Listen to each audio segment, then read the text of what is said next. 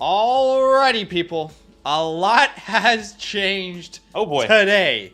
There is so much to talk about. So much has happened.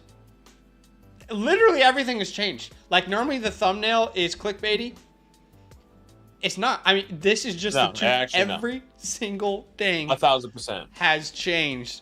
And we have so much to talk about. So, what we're going to do here, guys, is we're just going to quickly recap day one of free agency. We're going to talk about who are the winners and losers for Dynasty football purposes.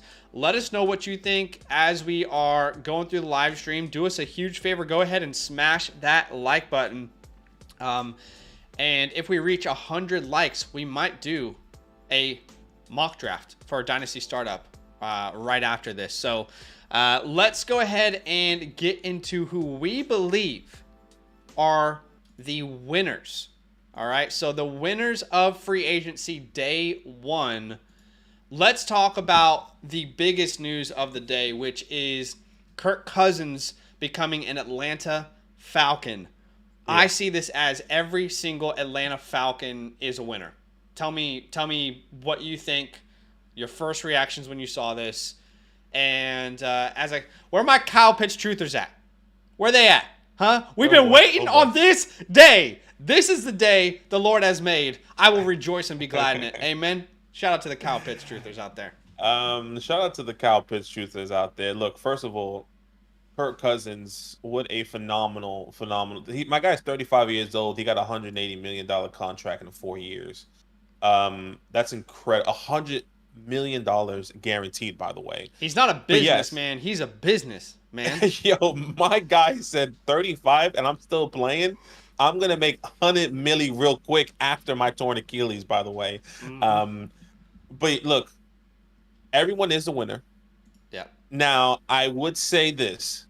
I still have an asterisk on Kyle Pitts because come on, bro. It's time to adjust.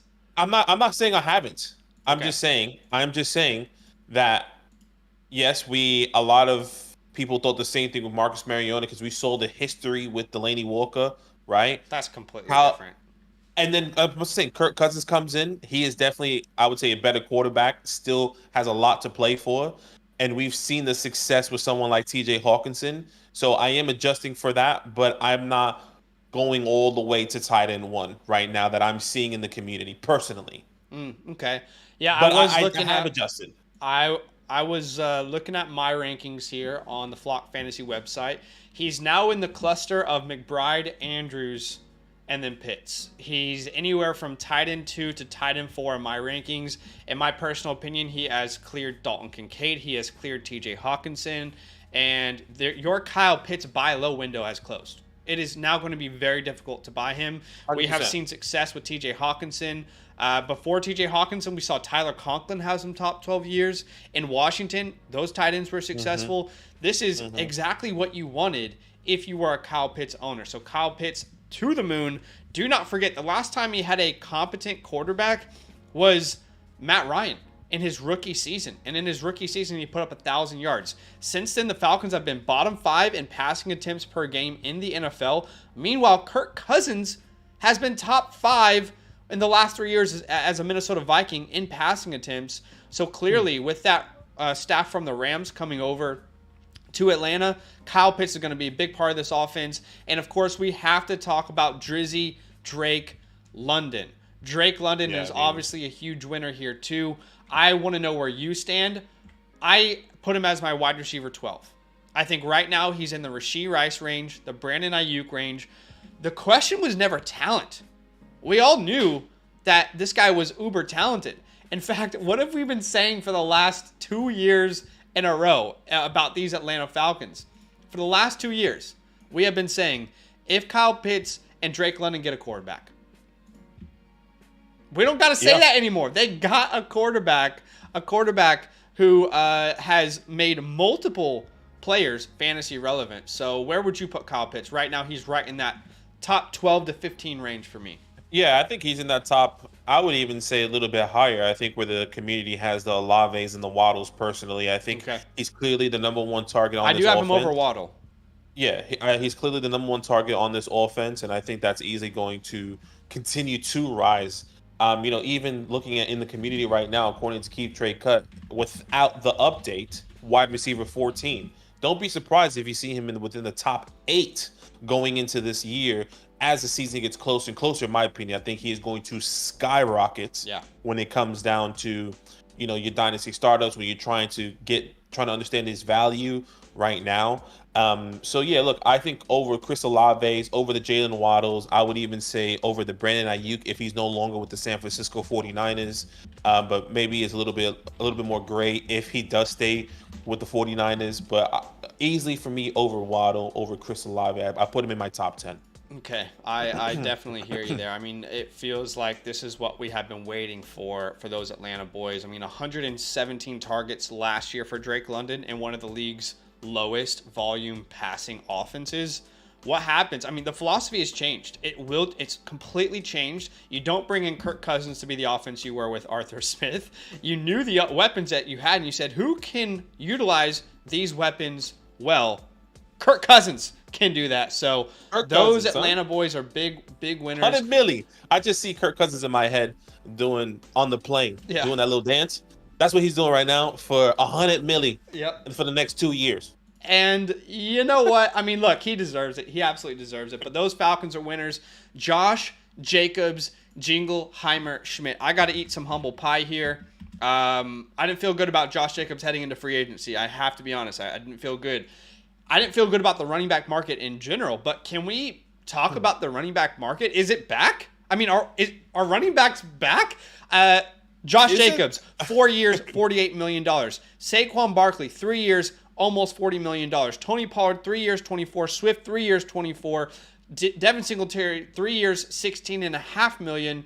So Josh Jacobs goes to the Green Bay Packers, and then they cut Aaron Jones. That is savagery, by the way.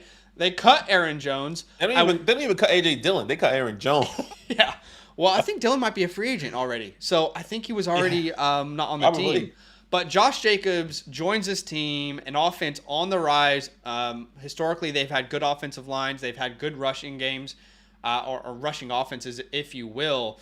But now we have to talk about where he stands in the grand scheme of Dynasty. So if we are to look at the running back position, where do you personally have him ranked now after these changes? Yeah, before coming into the season, I was a little bit skeptical. He was outside of my top 10, I would say 12, 11, 13 range, but I think he sneaks in right there. I think the conversation now starts with Kenneth Walker or Josh Jacobs. I put him right ahead of Kenneth. So right, and then James Cook or Josh Jacobs. You can obviously over Rashad White for me. Yep. I think that is where the conversation starts to happen for Josh Jacobs. I think he's easily within that top 10 range now. Yep.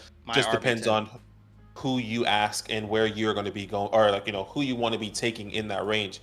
4-year contract extension. What is it? 4-year contract extension, if I'm not mistaken, for Josh Jacobs behind a decent offensive line in the offense. A young offense that's growing with a quarterback in Jordan Love, with the weapons all around him. They're going to be scoring, and we saw that glimpses of that when Aaron Jones was healthy, not only on the ground but in the air. And we saw Josh Jacobs 2 years ago, also get a significant amount of work in the air with the Las Vegas Raiders. I think he led. Was he leading or top 5 in targets? Last year when he was the RB1, he was up there for sure. Yeah, he was up there for scoring targets. So I think he's right there. You get a 4-year deal. We try and play Dynasty in the span of like a 2 to 3 year window for Jacobs to be there for at least the next 4 years. I mean, they could cut him. Who knows what the contract details are? But to be in that offense, I feel very good about Josh Jacobs now, and I was wrong on him earlier in the offseason. Saquon Barkley. Let's talk about this. This is obviously painful for you. Main reason being is you are a Giants fan. So, Saquon is an Eagle. It feels weird. What do you think about this as a Giants fan? Look, as a Giants fan, it hurts. Okay, it hurts. It only hurts because he goes to the Philadelphia Eagles. Right. That's the only reason why it hurts. There was the expectation of him leaving. Mm-hmm. I was okay with that because I knew that we needed to build our offense in a bunch of other different places, which we did, by the way. If you guys haven't known, Brian Burns did get signed. We traded second and a fifth for Brian That's Burns, a a young huge. I pass can't believe the Panthers rusher. only got a second and a fifth. And it's tremendous because it makes the Saquon Barkley look even 10 times more. Not. It's just a smart move for the future. How Sure. about that, right? Regarding Saquon Barkley, 3 years, $37 million contracts. It's good for him. I'm happy for Saquon the player because he's going not only from the bottom three offensive linemen with the Giants now to the top three offensive line to the Philadelphia Eagles. In a fantasy perspective, the guy is going to eat Yeah. touchdowns, touchdowns, touchdowns, and that's exactly what you want to see. But I still hate if he went to the Texans. Yeah. Wait, hey, I love you, Saquon. It's personal for you, so that's why Thank you for your service, but Yeah. to the Eagles, Yeah. but. Hey, I think the Eagles are going to regret it in a couple of years, personally. Yeah, so I'm having conversations around the RB6 with Saquon. Is it Etienne or Saquon, Achan or Saquon, Kyron or Saquon? I think I'm starting to feel comfortable putting Saquon around RB6 range. What I will say is, if you own Travis Etienne, today, and like these guys who are like really good fantasy players coming up on like contract years, getting close to that, today's like we're resetting the value of a running back, but we're getting these long-term deals now. So that is a very positive sign for running backs in dynasty football. But love the deal for Saquon, and we can't like if anyone out there is saying like the Eagles is a bad landing spot because Jalen Hurts rushes for touchdowns. Like, hey guys, if you have DeAndre Swift as your I don't think RB1. so. Yeah, that guy is not getting goal line touchdowns. In 2022, so. you had Miles Sanders. Miles Sanders was a competent goal line back. He had 11 rushing touchdowns. You're going to bring in Saquon Barkley for this kind of money, and you're not going to use him on the goal line? Get out of here. Saquon Barkley is going to get his fair share of touchdowns. Absolutely. Devin Singletary, why is he a winner? Because he got a 3-year deal on a team that has no running back in sight right now to compete with him. That does not mean that when the NFL draft happens, and if you guys draft someone, he won't be a loser at that time. But at this moment, of course, we're talking about a guy who was starting for you guys multiple weeks last year when Dameon Pierce went down, and even when Dameon Pierce came back for the Texans, Devin Singletary had some huge games, had a great year. And right now I'm asking myself, do I want Devin Singletary or Austin Eckler? As crazy as that sounds, do I want Devin Singletary or Zach Charbonnet? Devin Singletary or Jerome Ford? Like, those are the type of conversations I'm currently having with myself. Now, does this mean Devin Singletary is a locked and loaded starter? You feel good if you have him? No. But he's a winner. He got a 3-year deal in this market. Come on. Yeah, 3-year deal is not that big. Yeah, I'm okay with it, and it makes sense. Look, he fits in this offense, and they're definitely gonna be utilizing him as we saw early days in Buffalo. So I think he definitely is a winner. So Michael Pittman Jr. is a winner because he got a contract extension. We should have expected that. Gus the Bus heads to the Chargers, and he links back up with his old offensive coordinator. We've heard about how they want to ground and pound type of offense, so that could be the first step of it. I wouldn't say that he's clear either. I would expect them to add running backs in the draft still. George Pickens. Why did we say George Pickens was a winner here? I can't remember. Anyway, I'm trying to remember why. I'm assuming because of Russell Wilson. Yes, my bad. Russell Wilson. Okay. It's crazy that just happened, and it's like, oh yeah, why did So anyway, Russell Wilson. Who knows if he's a starter or not? But what we know is Russell Wilson was very successful with the jump ball type of winner in Denver with Cortland Sutton, whereas the guy who's trying to get open over the middle of the field, he wasn't really as successful with Jerry Jeudy last year. So George Pickens could have a good year if Russ is starting. Bryce Young, why is he a winner? Because they got some help on the offensive line. Some help at all. Sorry to interrupt. Austin Eckler signed a 2-year deal up to $11.3 million with the Washington Commanders. You're a Commanders fan? Based off of the silence, I'm not sure he is loving it. Okay. All right. That happened. What's the positive in this? How can I make this positive? I don't know. Obviously, if you have Austin Eckler, this sucks ass for Dynasty. Let's talk about that because Brian Robinson's going to play a role. You're now a part-time player with Brian Robinson. This to me does not say Austin Eckler's our starting running back and we're going to utilize him the way that the Chargers did. I don't like this for our team. I get it. It's trying to replace and get a weapon for whoever the rookie quarterback is, but I don't like this for this team. I don't like this for Brian Robinson. I don't like this for Austin Eckler. Yeah, I think he's exclusively a pass catching down or like third down back now. I don't see them I don't see Austin Eckler being the starter, like getting all the carries, first and second down. I think Brian Robinson is that guy. Austin Eckler pass catching down, third and longs. He's been there before, but anything can happen. When it comes down to something like that. $11.43 million. That's actually not that much money, to be honest. A 2-year, I bet you there's an out in that. So I mean, I'm fine with it. And obviously he comes back with Anthony Lynn, but this to me does not say Brian Robinson lost his job. It also does not say Austin Eckler is a starter. It's like these guys are going to share the backfield. That's what I'm seeing here personally. But not excited about it as a fan. Not excited about it for Dynasty for any parties except for maybe whoever the quarterback is there. Maybe that is the lone winner. Probably. But that's happened. Anything else you want to talk about winners before we move on? Gardner Minshew is going to have a chance to become the guy.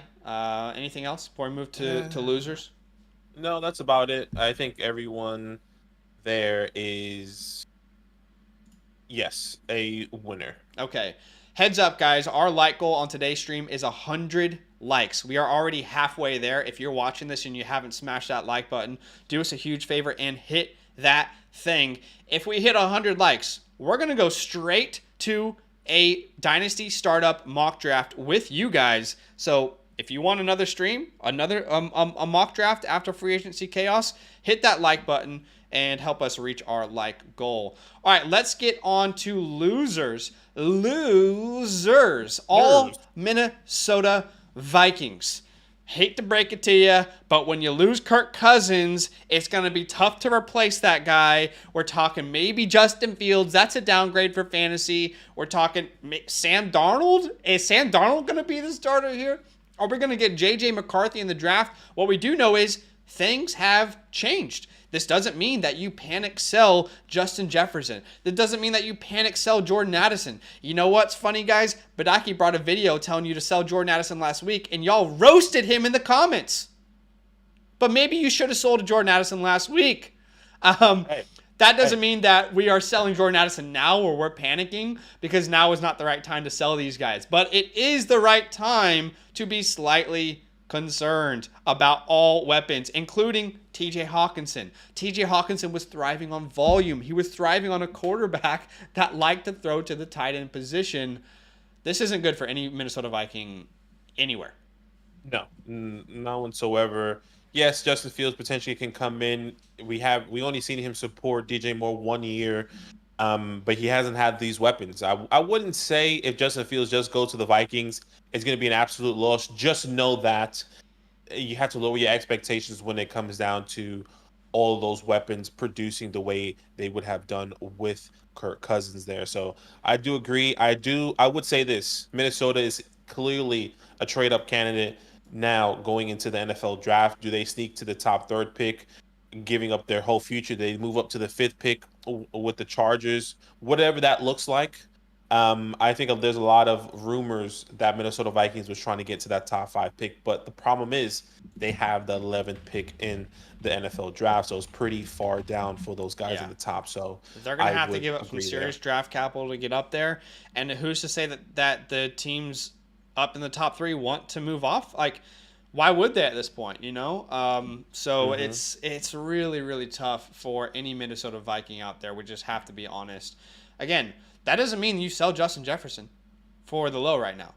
If anything, maybe a buy low window opens for Jefferson or an Addison at this point. But in a sense, Badaki was right last week. Addison, maybe you should have pivoted to a London, which we talked about. We have been talking about those names. Maybe you should have pivoted to a Rashee Rice. There were names out there that you could have pivoted to. I think that window has closed. Now we don't panic sell. Tajay Spears. Unfortunately, I don't really understand this Tajay Spears and Tony Pollard duo. 100%. I just don't get it at all. They don't complement each other in any way at there's no scenario in which these two complement each other. What I will say, Badaki, is at minimum, this does tell us the direction this team is wanting to take moving forward. And that direction is we are no longer a ground and pound 30 carries to one guy type of team. We're going to try and build around Will Levis. We're going to try and get him weapons, guys who are explosive in space, and see what he can do. We are no longer this defensive focused team where we're going to run the ball down your throat. No, we are completely changing, and we should expect that with our new head coach who comes from Cincinnati with Joe Burrow. Yeah, and I completely agree there. And the biggest takeaway here is that we're not necessarily sure who's going to be the guy in this backfield. According to Keep Trade Cut, at the moment as we are live, he's RB15, and that's ahead of Javonte Williams, David Montgomery, Brian Robinson, the Jalen Warrens. I think you kind of question yourself and say, okay, how high can I be taking Tajay Spears coming into this season? Because I'm not necessarily sure this is going to be a 50-50, a 60-40. Who's going to be the pass catching guy? Because they both play the same role in their respective offenses and their respective teams at one point in time. Now they're on the same team. Who's the guy? You just got two. You got two copycats that are going to be doing the exact same thing. Maybe they both are successful in the air. Maybe this is going to be two guys that we're going to want because of the pass catching opportunities. But at the same time, I think his value is significantly dropping. Now, once again, RB15 in the community, according to Keep Trade Cuts, at this very moment. I think that is definitely going to be falling here very soon. And what I would say as well is we got to be careful when analyzing this backfield not to follow the money strictly. That hurt a lot of us last year when we looked at Miles Sanders. Okay?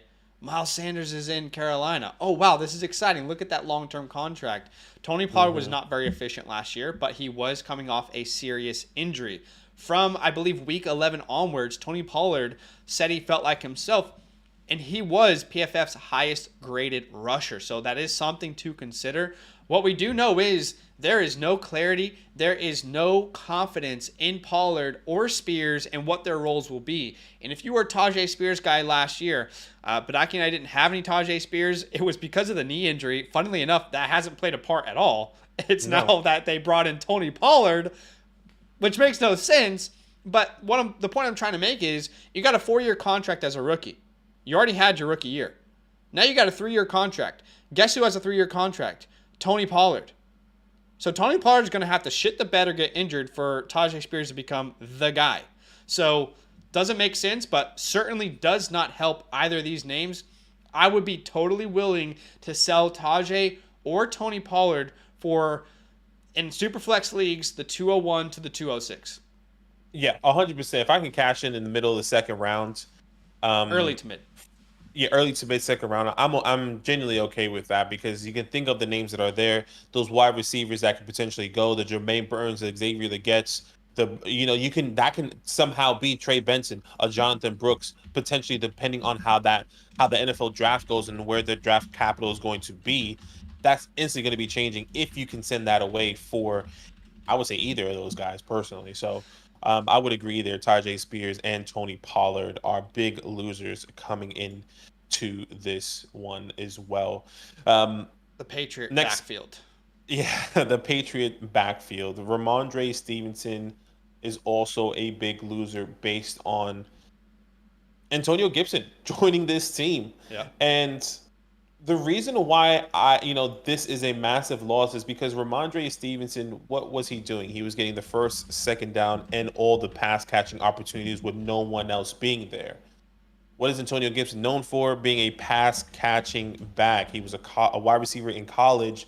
Now he comes in, takes away this opportunity, gets a 3-year, $11 million contract.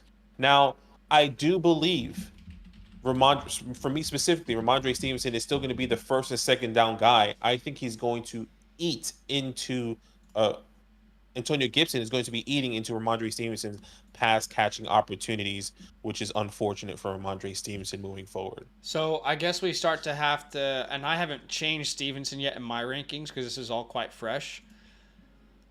But we have to start asking, like, Ramondre Stevenson or Najee Harris, James Conner. Is Ramondre Stevenson more valuable than Devin Singletary, who just signed a 3-year deal in New York? Like I don't know. I'm not saying he isn't. I'm not saying he definitely is either. What about Jalen Warren?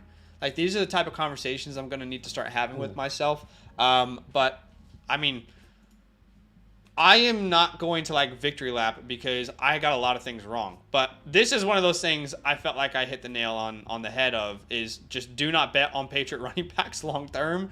They have a long history of this guy is going to be the guy for us for a couple years. We'll bring in a free agent. We'll draft another guy.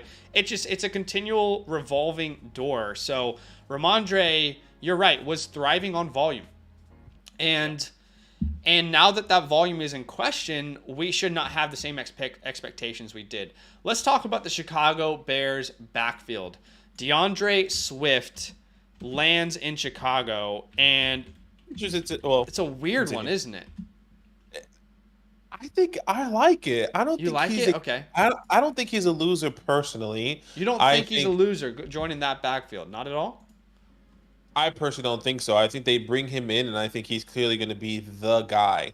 Now, the biggest question is who is going to be the second guy that's going to be taking opportunity away from DeAndre Swift at some point in time. I think he is going to be the pass catching guy.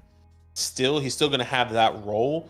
Now, I think Khalil Herbert is going to be more the first and second down guy. I think Herbert's a at the free agent moment. himself, but I could be wrong. I'll double check It, that. I last time I checked, I think they were all on the team for this year, but I could be wrong. Correct me if I'm wrong. If you're telling me Herbert's off this team, He has 1 year left on his contract. My bad. okay, I was gonna say if Herbert was off this team, then I think DeAndre Swift is clearly a winner. But I think right now with all three of them, it does make it a little bit shaky, a little bit gray. But I think maybe not for this year. I think DeAndre Swift is going to be a buy low all off season going into next year to where he can be bringing up, because you think of Caleb Williams coming in hypothetically to this Bears team, being a pass catching back for him. I don't know. I personally like it. I don't mean this disrespectfully at all, but I don't think DeAndre Swift is actually that good. Just in general, I think last year we saw him shine behind a really good offensive line, and that's not to say that. I mean, put 20 running backs behind that offensive line last year and see what they do in Philadelphia. That's why we're so excited about Saquon. Not to say that the Bears' offensive line isn't good, but I don't think Swift is like a Saquon name, a Josh Jacobs names where it's like, oh damn, like Right. Okay. now Rashawn Johnson's irrelevant and Herbert's not going to get used. No, this, and I don't want to overact. But to me, this could be a three-way committee. This could be Rashawn, Swift, and Herbert. How much is Swift? At minimum, Swift I do getting? not think that Swift is going to be like unquestionably the guy. Maybe it's a two running back rotation, but this is the same staff that drafted Rashawn Johnson. It's not like a huge coaching change has happened. The GM hasn't changed. This is the same crew that brought in Rashawn Johnson. So I don't know. To me, this doesn't indicate to me that that DeAndre Swift is the guy. He's going to take all the reps. I think it's a poor landing spot when you think about all the landing spots that were out there. Okay. Look, anything can happen. I think at this moment, I think I'm not like sold on it. Sure. I think I'm still weighing my options with DeAndre Swift as we get closer and closer to the season. What if Khalil Herbert is a cut casualty? I think that really clears up the way, in my personal opinion. But with the He's only got $1 million monster, on his contract. sure. And look, maybe that's something that they want, right? Maybe that they want to keep all those guys. But I think it's something that I'm going to have to understand a little bit more in the coming days, in my opinion. Yeah, so I would say those are our main. And I put Justin Fields as a loser because the potential teams has just almost evaporated. You know, we were talking about Pittsburgh maybe as a landing Come to New York, spot. baby. Come to New York. Yeah, I mean, Come on. The hope for him is maybe a surprise team that kind of comes out of nowhere, like a New York or like a New England if they trade back. But you know, we talked about Pittsburgh maybe as a landing spot. They go out and get Russell Wilson. Atlanta, he's from Georgia. Okay, well they just signed Kirk Cousins. Looking through the AFC West, there's not a landing spot that makes sense after the Raiders just signed Gardner Minshew. Looking through the NFC West, there's literally no spot outside the Seahawks. Maybe that doesn't sound like a Seahawks move. The AFC South, he doesn't land anywhere. The NFC South, he doesn't land anywhere. The AFC North, the Steelers were the only option. The AFC East, I mean, could the Jets trade him and he's a backup? Could the Patriots trade for him and go Marvin with that pick? Maybe. Could the Giants be a surprise team? But the options have seriously come down a lot. And maybe there's a bright side to this. Maybe this forces the Bears to be like, hey, let's build around Justin because no one wants him. And we think he's a good player.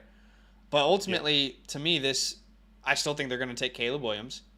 And I think this is really tough for Justin Fields because where the hell does he go? Yeah, I mean, once again, it has to be a surprise team, like you kind of mentioned there. I still think there's hope. I think if he goes to the Vikings, he has two weapons that he can flourish around. And TJ Hawkinson, where we've seen maybe not this year, but maybe sometime in the middle of the year, if he does go to the Vikings. I love the Giants, of course. I would even throw a couple other teams like you kind of made. What if it's Denver? What if Denver doesn't trade up and they want Justin Fields? I think those are Denver doesn't have a second round pick, but I mean, I guess they could figure something else out. Yeah. Second round, maybe not this year, maybe next year they want, whatever the case may look like. But I like Justin Fields still, and I do believe there's hope for him somewhere else. All right, guys, we are going to respond to this super chat. We did reach our like goal, which was 108 likes. Hey, if you're watching this, over 260 people watching this. You guys are absolutely incredible. Do us a huge favor and smash that like button. I mean, the math checks out. Could we reach 200 likes right now if everyone were to smash that like button? I think we could do it together. That would be absolutely chaos. But do us a favor, guys. Because you helped us reach our like goal, which was 100 likes, we are going to do a Dynasty startup draft. We're going to implement all these changes. We're going to talk about what this means in the landscape of Dynasty football. So that is a different stream that we will go live here in 1 second, okay? I'm putting the link in the chat. All right, so if you want to be a part of our Dynasty Dynasty startup draft, the link is in the chat. We're spamming it in the chat. Go to that stream. Head to that stream in the chat. Go to that stream because we're about to start it because you guys helped us reach our like goal. And let us know who's in the chat. Say, I'm here. I'm here. Yeah, we're going to continue conversations as well. We're not going to just stop. Maybe more things happen. We can probably break it down a little bit more in that other live stream. So just come join us over there. That's right. We did get a super chat, so that's the last thing we're going to look at on this stream before we go to the startup draft from Chuck Mann. The super chat is from Chuck Mann. He says, "Sup guys, my favorite channel. Congrats Badaki on the newborn. What's your thoughts on Gibson and where do you think Aaron Jones will land? I'm hoping the state of Texas." So as far as Gibson goes, it's not good. We talked about that. I'm sure Chuck heard that. But as far as Aaron Jones, I didn't put him as a loser personally because we've heard that there are many teams interested. So it's hard to say he's a loser because he could still sign with like the Texans on a 3-year deal, for example. Or the Cowboys, who he's played phenomenal in that stadium, by the way. That's true. He could be a Cowboy. He could be a Cowboy. I think that could be a very suitable landing spot for him. So there's definitely some teams for sure. All right, guys. We appreciate all you. Thank you for the likes. Thank you for the support. Again, go to the link in the chat. We are about to go live right now to do a Dynasty startup. So head to that link. We're going to keep spamming it. We'll be live over there in literally like 3 minutes. So we'll see you over there. Go to the link in the chat. Link in the chat. Link in the chat. All love.